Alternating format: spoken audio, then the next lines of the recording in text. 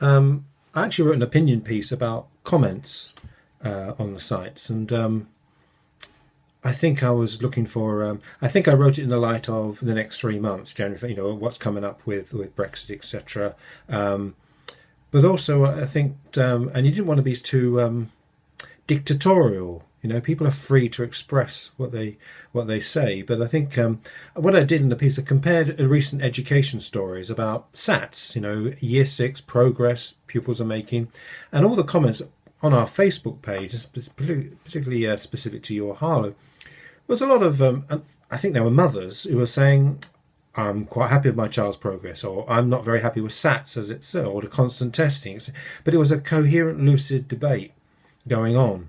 And I think I had to contrast it sometimes with a lot of the political comments. And you might say, if I know it's all relative, but he felt the sort of people were very insulting or dogmatic, or even to the point of a moderate Labour person known almost as a moderate, as a Blairite, etc. So I'm just calling him a Marxist. And it just it sounded like almost. Do you know what you sound like? You sound like that kid in 5th year at school who just learnt these words and going to use them.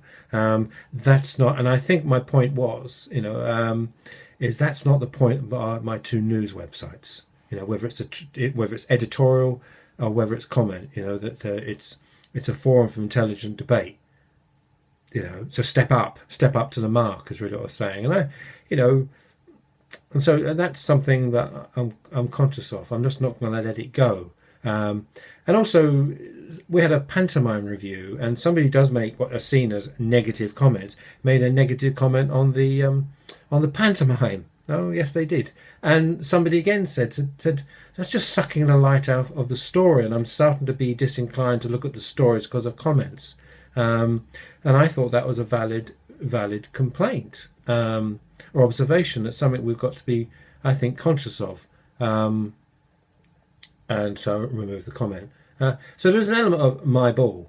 And so, but the other element is I just want to see a reasoned debate on the sites, and so that's the opinion pieces. And I guess it's sometimes where you come from. As I said, I wrote on the video.